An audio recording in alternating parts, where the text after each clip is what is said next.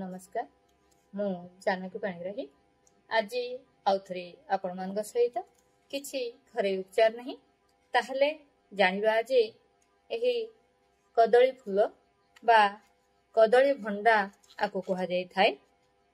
प्राय कदली बाड़े कदली जेतळे फली थाए गोटे गछरे गोटे कदली कांधी पड़ी थाए। से कदली कांधी ए फूल होला परे कदली जाक ही थाए। लास्ट को ए फूलटी भंडा को कही थांती। ए भंडा को बाहर करिया को पड़ी थाए। ता द्वारा कदली बड़ ही थाए आउ कदली हृष्टपुष्ट ही थाए। ताहले ए फूल कदली ठारू भी अधिक लाभदायक। आरे रहिछि औषधीय गुण। आपनकर बहुत समस्या को ये दूर करि थाए। ताको हम जानिबा उचित एहार मूल्य केते। विभिन्न माध्यम रे आपण खाइ परबे। आको काढ़ा करिकरी फुटेकरी ता पानी को पी परिबे। आको छेचिके ता रस बाहर करिके नै परिबे। आको आपण सूप करके पी परिबे। विभिन्न प्रकार सब्जी करके तरकारी करके भी आपण आको खाइ परिबे। जे परि भाबरे खांतो ये आपनका पई बहुत लाभकारी औषधीय गुण रे भरी रहिछि। आइ रहिछि आपनकर पोटासियम, आइ रहिछि आयरन, आइ रहिछि कैल्शियम, प्रोटीन भरपूर मात्रा रे रहिछि फाइबर जहा आपनका शरीर पई बहुत लाभकारी हे थाए। एही रस को आपण काढ़ा करके जदि नियमित भाबरे किछि दिन पियंती ताहले आपनका रक्तचाप नियंत्रण रही थाए। मधुमेह रे आपनको लाभ मिली थाए। ग्लूकोज को आपनकर कंट्रोल करि थाए क्षमता रहिछि आठारे। तेणु मधुमेह व्यक्ति डायबिटीज व्यक्ति नियमित खाଇବା द्वारा सेमानकर डायबिटीज रे लाभ मिली थाए।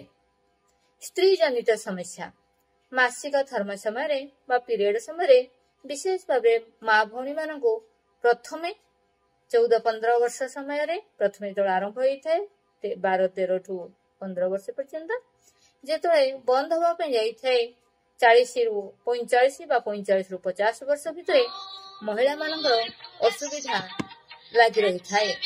से असुविधा दूर करिया पई आमे नियमित भाबरे एही कदली भंडा बा कदली फूल को आमे यदि नबा ताहले सेही समय जो जंत्रणा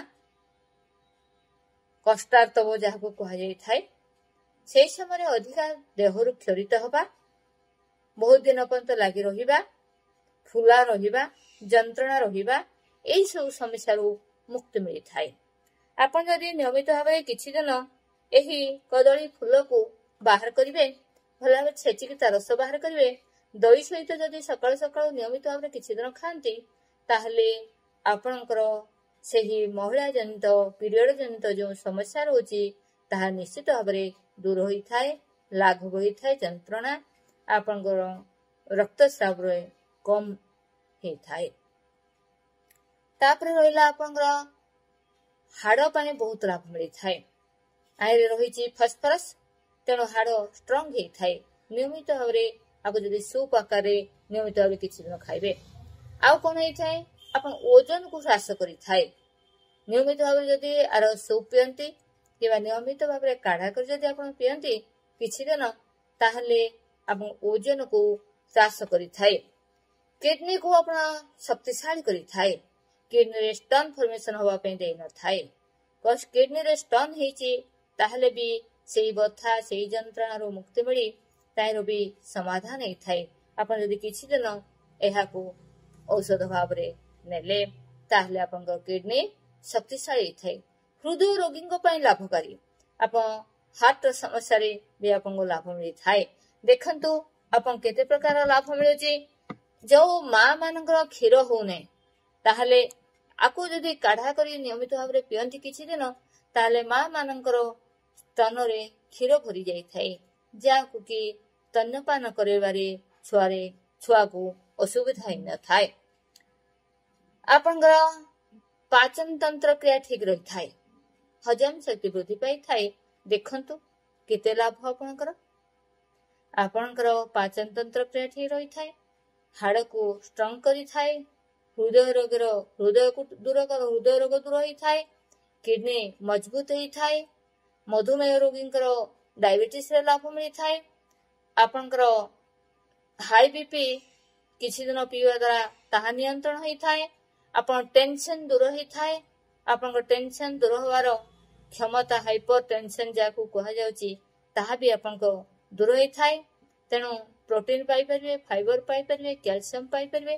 तेणु आसंतु आको आमे नियमित भाव रे किछि दिन नबा आम शरीर को आमे सुस्थ रखिबा।